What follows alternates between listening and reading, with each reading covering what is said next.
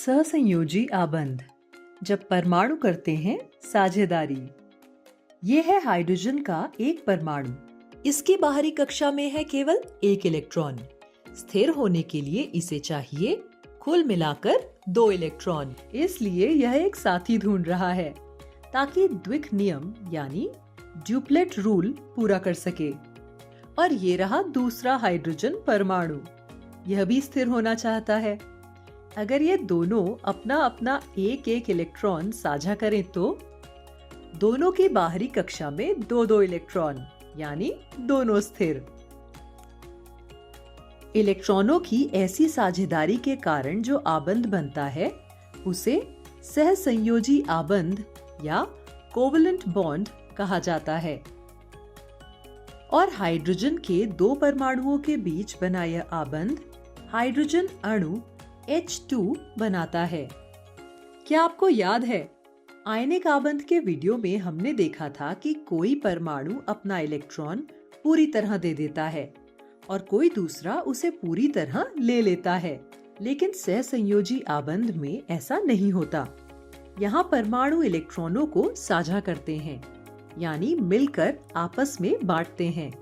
अब एक और उदाहरण, क्लोरीन का परमाणु। क्लोरीन की बाहरी कक्षा में होते हैं 7 इलेक्ट्रॉन यानी उसे स्थिर होने के लिए चाहिए एक और इलेक्ट्रॉन। यदि 2 क्लोरीन परमाणु एक दूसरे के साथ एक एक इलेक्ट्रॉन साझा करें तो दोनों के पास हो जाते हैं 8-8 इलेक्ट्रॉन यानी दोनों स्थिर।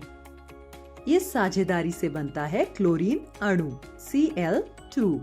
चूंकि दोनों ने एक एक इलेक्ट्रॉन यानी एक जोड़ी इलेक्ट्रॉन साझा किए इसलिए इसे कहा जाता है एकल सहसंयोजी आबंध, सिंगल कोवलेंट बॉन्ड।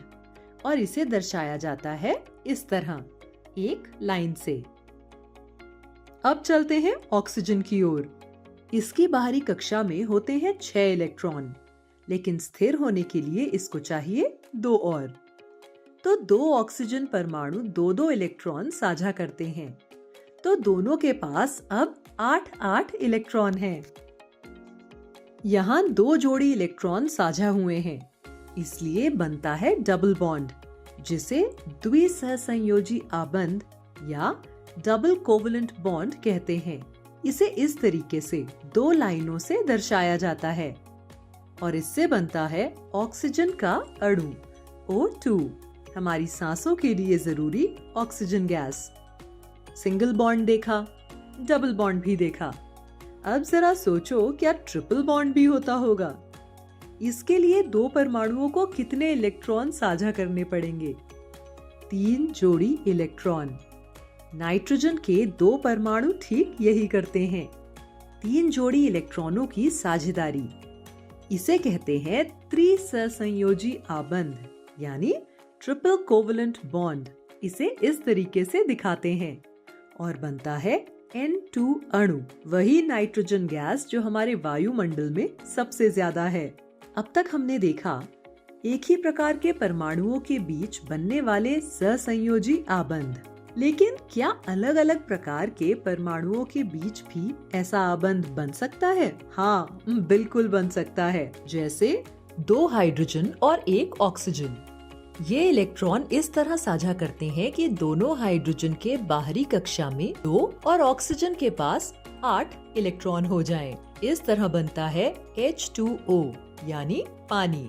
क्या आपने नोटिस किया अब तक के सारे उदाहरण में अधातु ही थे यानी सहसंयोजी आबंध हमेशा बनता है अधातु और अधातु के बीच। तो चलो एक बार फिर दोहराते हैं।